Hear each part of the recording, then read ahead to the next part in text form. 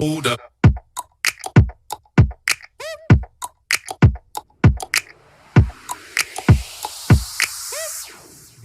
So I'm pleased to be joined with James Perrin.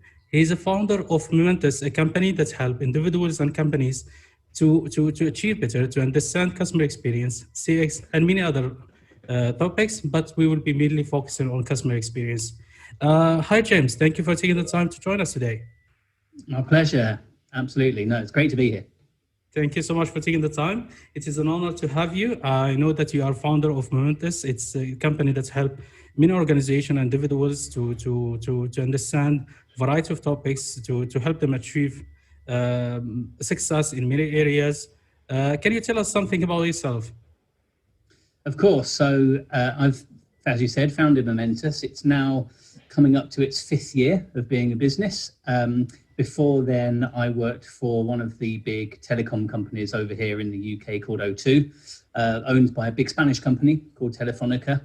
And although I had lots of different roles throughout my time with that company, the last few years in the business was very much focusing on, I guess, 2 things. One was around customer experience, and the other side of that was employee engagement. And I think, as most people know, most experts in CX would say that if you've got engaged employees who believe in your business and believe in your customers, then they will help you turn your customers into fans, and fans that believe in your company. So for me, I had the benefit of driving both those things. So when I left at the end of 2015, I founded Momentous.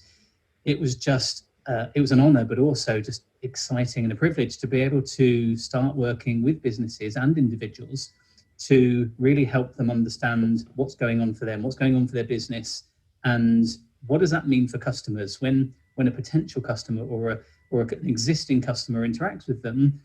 What's the experience? How do they feel? What's the emotional journey they go on? What are the high points? What are the low points? How long does stuff take to pass through, to transact with a business? And what does that mean for satisfaction and the ability to promote to friends and family and so on? So I love working with individuals who have their own business, leaders within a business who are responsible for CX or customer contact, and working with some fantastic brands over here in the UK who are really passionate about just getting top 10 customer experience every day. Excellent. James, if you would like to give me a definition or an introduction, what is customer experience? I think that's a great question, and it's so often misunderstood. And some of the work I do with businesses, they assume it means one thing when actually it's something else.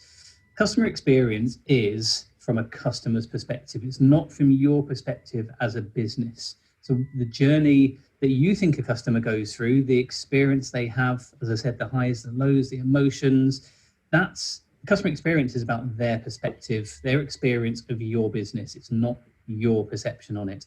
It's not the processes that sit behind everything. It's not the nuts and bolts that makes your business work. It's purely from a customer perspective.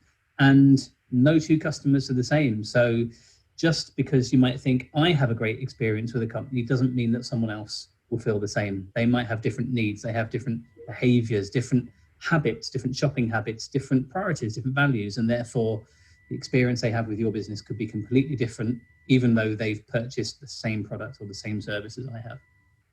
So what is the difference between customer experience and customer service? Because customer experience started just recently, like in the past 3 or 4 years, if I'm not mistaken. Then it became like a hot topic that everyone is talking about and trying to implement in extra. And then in the past, there were customer service strategies. So what's the difference between the 2? So for me, customer service is what it says on the tin. It's about servicing your customer's need. So if customers need help in a high street shop, although that's more about retail, it's about a customer service way of working. It's about providing service in a store. When they ring your call centers, you're servicing them, you're answering their questions, you're helping them out with problems, you're resolving their queries, maybe you're selling stuff to them. Whether it's on chat, whether it's on email, whatever the channel is, customer service is about answering their needs and trying to do it in the best way possible. When you start delivering customer service and really thinking about the way in which you deliver customer service, that's when it becomes an experience. So if I ring a call center for company X, and I speak to someone who has had a really crappy day so far. They've missed their alarm in the morning. The bus was late. It was raining. They're soaking through when they get to the office and they get to the call center. They come on, they put their headphones on, they start the computer. I'm the first person that speaks to them with a couple of questions. If I get a behavior from them that's down, that's frustrated, that's upset, that's angry, my experience of that business, of that customer service person that I'm speaking to is really poor. And that's what I reflect on emotionally. I think, what a crappy customer experience that was. I don't like the customer service. Someone else might ring 20 minutes later, speak to a different customer service agent who is had an amazing morning so far. It's sunny. They've had a brilliant day. Life is going really well. Someone else speaks to them on the phone and they have an amazing experience. They have great conversation. They build rapport. They build a connection. They're delighted. They're surprised by that customer service agent. These are two customer service people sitting in the same business, in the same call center, providing completely different experiences. And for me, that's the difference. Service is it's a function to help a customer. Experience is the way you deliver that function. Perfect. And why do you think this customer experience is important for businesses to invest in customer experience, to make sure that they are delivering the best customer experience in place? As I mentioned in the introduction, many companies, they think that now customer experience is the key differentiation strategy that helps them gain the competitive advantage. But from your perspective, why CX is important? How it helped companies to achieve this goal? It's a great question. And as you said, it's relatively new and so many businesses get it now and so many don't.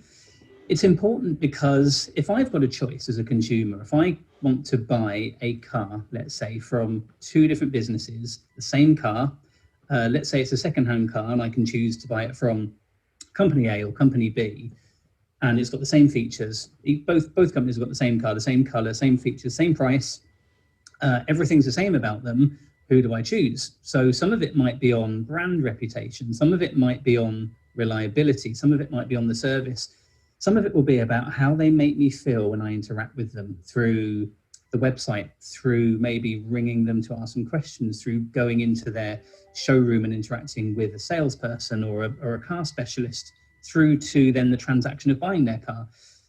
If they deliver their service, their product, in a way that makes me feel like I would choose them again. I feel loyal to them. I like the brand. I like what it means. I like their values. I like how dealing with them makes me feel. And it means that when I'm then talking to a friend or a family member and they say, oh, who did you buy that car through? And I say, oh, it's company A because they did all these amazing things. It's more likely that my friend would go to company A because they got the experience right. And that's the difference. If I've got a choice between two same businesses, who am I going to choose? I'm going to choose the one that makes me feel better, that makes me feel important, makes me feel value to them and provides a great experience. Because there's a great saying that we don't remember what people said to us or what they did. We remember how they made us feel. And an experience it's a feeling. It drives emotion. And that's why I think companies, they really need to get it right and think about how customers feel about them, because it's what differentiates them from their competition, because there's so much choice. Consumers have so much choice across a number of products and services and so much ability to choose. Online, I can see what I want, and actually I can see what people are saying through, Google reviews, through businesses like Trustpilot, through customer satisfaction, through Net Promoter Score. All those kind of things are ways in which I can see what other people say about a business. And if I see that 300 people don't like a business and the way they made them feel, I'm not going to go there. I'm going to choose someone else. Simple as that. Perfect. There is a follow-up question to what you have said, because you said that the customer experience, it's all about the emotion, the perception of clients. How companies can design a customer experience that's matched with their clients? That magically gets clients. The biggest thing, if you want the absolutely best answer, is bring in one of your customers into your business, let them sit around your table and let them tell you what they want from your business. Let them tell you how they feel from the moment they first read about you, research about you online, go into one of your stores, speak to your service centers, whatever it is. Let them tell you how they feel. Let them tell you what is easy for them and what's difficult for them. And do that along the journey, because customer journey is different to the customer experience. The the steps that a customer takes from the beginning, from researching right through to the end, even beyond in terms of coming back if they've got to return something or they want to buy some more stuff or use you again. That journey is what they go through. The experience is how it feels, kind of, as I said, what that emotional difference is. So there's no better way than to get the customer to be in your business. Now, a lot of businesses can't do that. They won't do that because it feels a bit scary. So they use customer insight, they use customer data, which is why we have questionnaires, we have net promoter surveys that go out so that we can ask customers, what would you score us out of 10? Would you recommend us? Tell us in your own words how you feel about interacting with us. And that gives you the insight that you can feed in. And the more insight you can get directly or indirectly from customers, the more you know where you're getting it right, where you're getting it not so right, and what that looks like as an experience. Perfect. Do you think that customer experience was impacted somehow by COVID-19? And did it play a role in helping companies to overcome the challenges that face all businesses across the globe? I'm going to break that into two questions, and Sure. they're great questions. So the first bit, do I think that it was impacted with COVID? Yes, it was. And some of that it was through no fault for businesses. Okay. If I'm a business and I've got demand from customers, which means I need supply from suppliers, and the suppliers just can't supply anymore because they've got to shut down, because people have got to isolate, because they've been ill, whatever it might be, then there's a problem. And you might be the best company in the world, but if you've got no supply, immediately you've got a problem. True. The thing that I was telling businesses and even individuals, when it came to kind of March, April time, and it was really at that crux of COVID and, here in the UK, the lockdown we went through, I said, what you've got to remember is the way that you deal with your customers, how you talk to them, how you serve them today will influence how they feel about you and what they do when we get to the other side of this, whenever that might be, whether it's the end of 2020, sometime in 21. So businesses that I saw and I experienced myself who effectively shut the curtains, they shut the door and they said, we're not going to email you, we're going to close our call centers, we're not going to chat, it will take 14 days to respond to your question.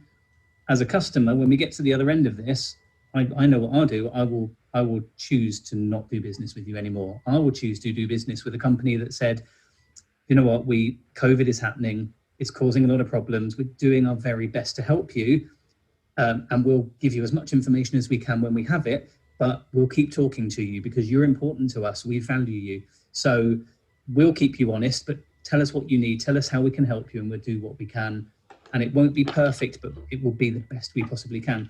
Now, any human being really sensibly would say, do you know what? I can't ask for more than that. I know there's problems. Sure. These are global problems. They're not just on my doorstep. So great. We keep talking together, working together. When we come out of this, I'm still going to be a loyal customer with you. So COVID did impact it, but it was up to a business to decide how they wanted to carry on with the business, but how they wanted to treat customers. And those that realized that pre-COVID and even during COVID, that their customers are their currency, they're what defines how successful they are, did the right thing. They just kept talking to them and they kept talking honestly to them. So many experts in customer experience field, they say that customer experience is all based on emotions and perception of clients, which is something is not always what I can say is stable. The perception and emotion of clients keeps changing. For example, the customers before COVID-19 are somehow different from after COVID-19. Now the demands are different, the perception is different, even the emotion. We as a human across the globe, so many beliefs and so many ideas that we had in the past has been changed because of this pandemic. So the emotion and perception of clients keep changing. How companies can keep up with this to ensure that the customer experience in place or strategy in place is matching with the demands of clients? Yeah, of course. And there's two aspects there. One is that people are different. What one person needs and how they want it from a business is completely different to someone else. And that's regardless of COVID or anything. That's just because we're human beings and we're different. The needs change. So, we use COVID there as an example. So people who prefer to go into a high street store to talk to an advisor, to pick up products, to touch them, to feel them, to talk about a service, couldn't do that anymore. They couldn't go to the high street. They probably couldn't leave their house in some cases. So they had to rely on picking up the phone or going online. So the need changed. So as someone that might need that interaction with a person in a store, now reluctantly I need the information online. And so therefore I need that to be helpful. I need it to be clear. I need it to answer all my questions. And if my preference is not to browse online, but I'm forced to, then I need that business to make it easy for me, because my emotions will change. If I find it frustrating before COVID, I'm going to find it more frustrating during COVID. So I need you to be really clear with me. I need you to help me. I think what we've got to do as businesses, when we do have these situations, these crises, no matter how big or small they are, is to go back to our customer experience strategy and test it. Because hopefully a lot of work has been done to put the right strategy in place from a customer experience point of view. You've embedded customer experience into your company. It's part of your ethos, it's part of your values, it's part of your DNA. So you go back and test it and say, is it still the right strategy based on these environmental changes that have happened? The world has changed.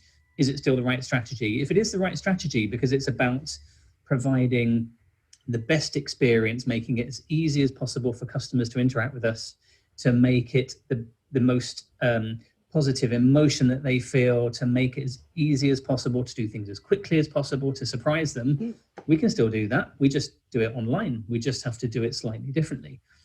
If the strategy is not that robust, and actually the strategy is we do everything through our stores, and suddenly you can't do that, then you've got to revisit your strategy.